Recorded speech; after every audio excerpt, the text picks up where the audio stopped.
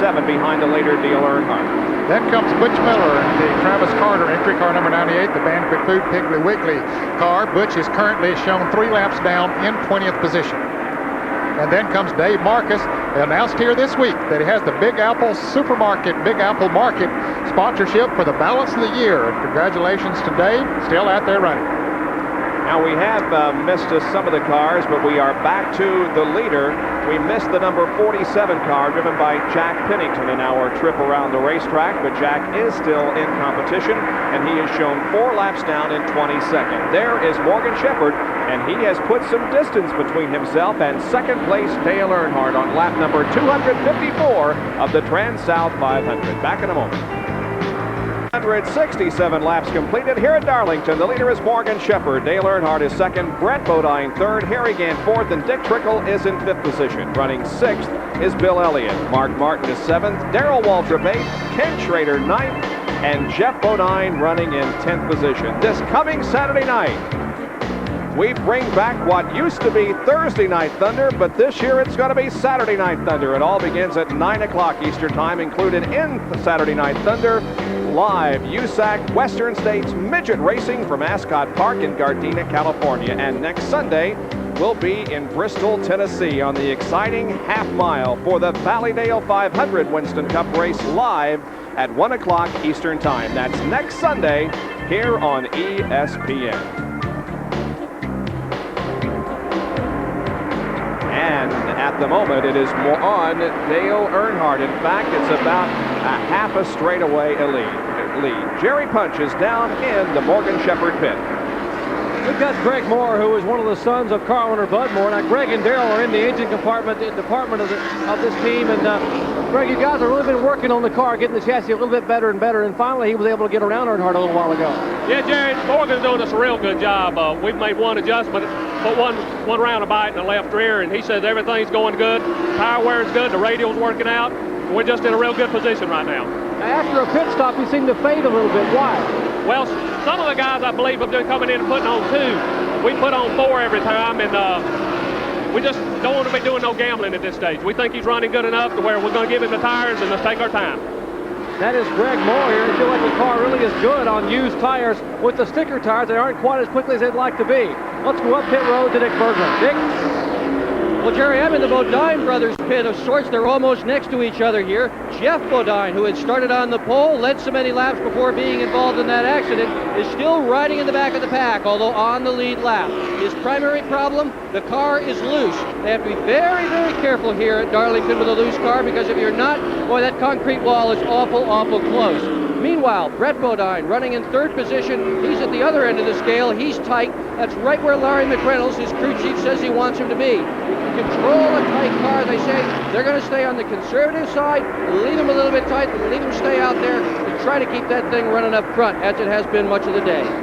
So it appears as if the Unocal bonus money won't be awarded this afternoon if Jeff continues to have those problems, because he is in 10th position. Now, Harry Gant is about to catch Brett Bodine for 3rd place.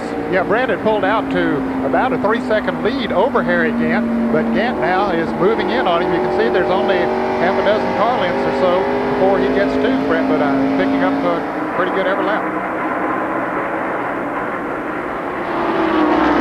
So Brett moves around the 98 car of Butch Miller. Gant goes up on the outside. Ooh, way up on the outside. There's a crack in Harry's windshield too, but hasn't gotten any worse during the course of the race. Again, this camera is mounted on his helmet. In this group of cars also would be the 26 car, of course, of Bodine, and 33 of Harry Gant. Then comes 66, Dick Trickle. He's still behind Harry Gant, as he has been since the drop of the green flag. And Bill Elliott's not too far behind either.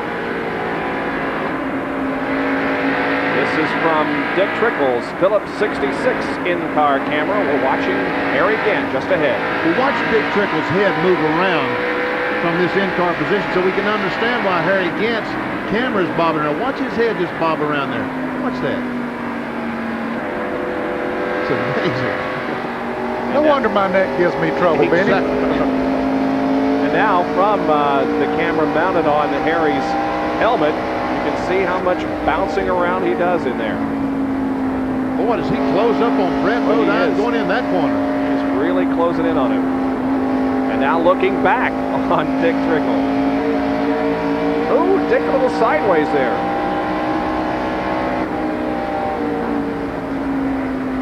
And now Dick looking at Harry Gant. And I'll tell you what, these cars are close. Trickle's on the inside of Harry. Here comes Dick Trickle moving inside of Harry Gant. Nope, let him go. Got a little loose. The back end did on Trickle's car coming off of turn 2. Boy, they are really tight, the three on them now, as they come off of turn 4. There you can see them in their battle for third position. Brett Bodine, Harry Gant, and Dick Trickle. Nose to tail.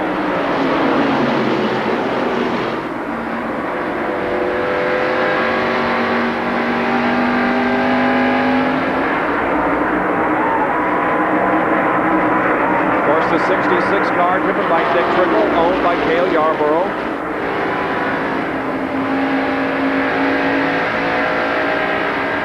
And we have 100 laps to go in the Transouth 500.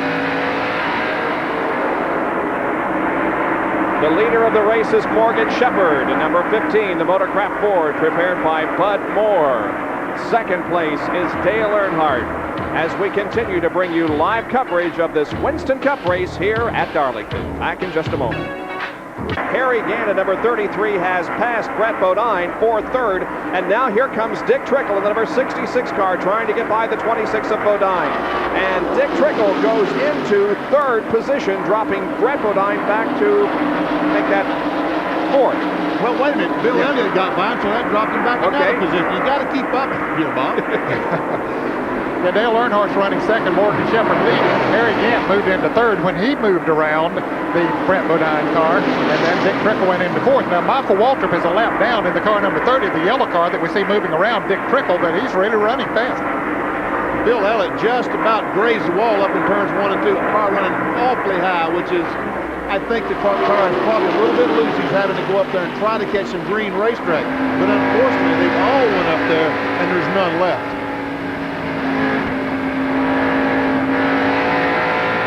Let's take a look at how Harry Gant made the pass on Brett Bodine a few laps ago and then got a little bit loose. Well, it was between turns 3 and 4 that Bodine went high. Gant took the opportunity to dip right under, but then look what happens to Gant as he comes off at turn 4. The back end almost gets out into the wall, but Gant brings her back in. Dale Earnhardt is headed for pit road. Dale Earnhardt is making a pit stop. The guy that was running in second position, Jerry Punch, is in Dale Earnhardt's pit. Cecil Gordon and the crew now hold the signboard up the bright orange Goodrich board. Now they go to work on the right side of the car. They will change right side tires. It will be a 4-tire change here under the green for Earnhardt. They have taken the left side. Scott Sluka now takes the left front and left rear lug nuts off. Moving around to the left side of the car. Will Lynn, David crew now. Jeff Bodine also making his way down pit road in the Budweiser Ford. Let's go down to Dick Bergen as they finish the Earnhardt stop. Well, they needed to make this stop for sure. That loose problem, they now think possibly they had an equalized tire on the car. They also have made contact out there. The left front tire shows that they have rubbed up against somebody who had a blue car. It's going to be a 4-tire change. This is routine stops. Everybody's figuring they're going to have to come in along about now and get a set of tires and get another load of fuel. And Bodine is done and he is gone. So both Dale Earnhardt and Jeff Bodine have made their pit stops, and here comes Morgan Shepherd, the leader of the race. Let's go back down to pit road. The Bud Moore, that Motorcraft crew will go to work on Morgan Shepherd's Ford Thunderbird, the leader in the pits now for right side tires. Greg Moore now cleaning the windshield. They have changed right side tires, and likewise, Morgan Shepherd will get 4 tires. They're pretty much obligated to take 4. Everyone else putting 4 radials on. Kenny Schrader also in further up pit road. As you see, Kenny Schrader's Kodiak crew going to work on the left side of his car. They are likewise finishing the left side tire change for Shepherd, pumping off the fuel. Shepherd is down and away. And Schrader got out just a little bit ahead of Morgan Shepherd. Both of them get up to speed now. Davey Allison is on pit road. So is Kyle Petty in car number 42. There is Morgan Shepherd, who gave up the lead, moving back out to the racetrack. Here is the crew cam, the catch can man on Kyle Petty's car. As service is being completed on it, they're changing the tires on the left side of the car.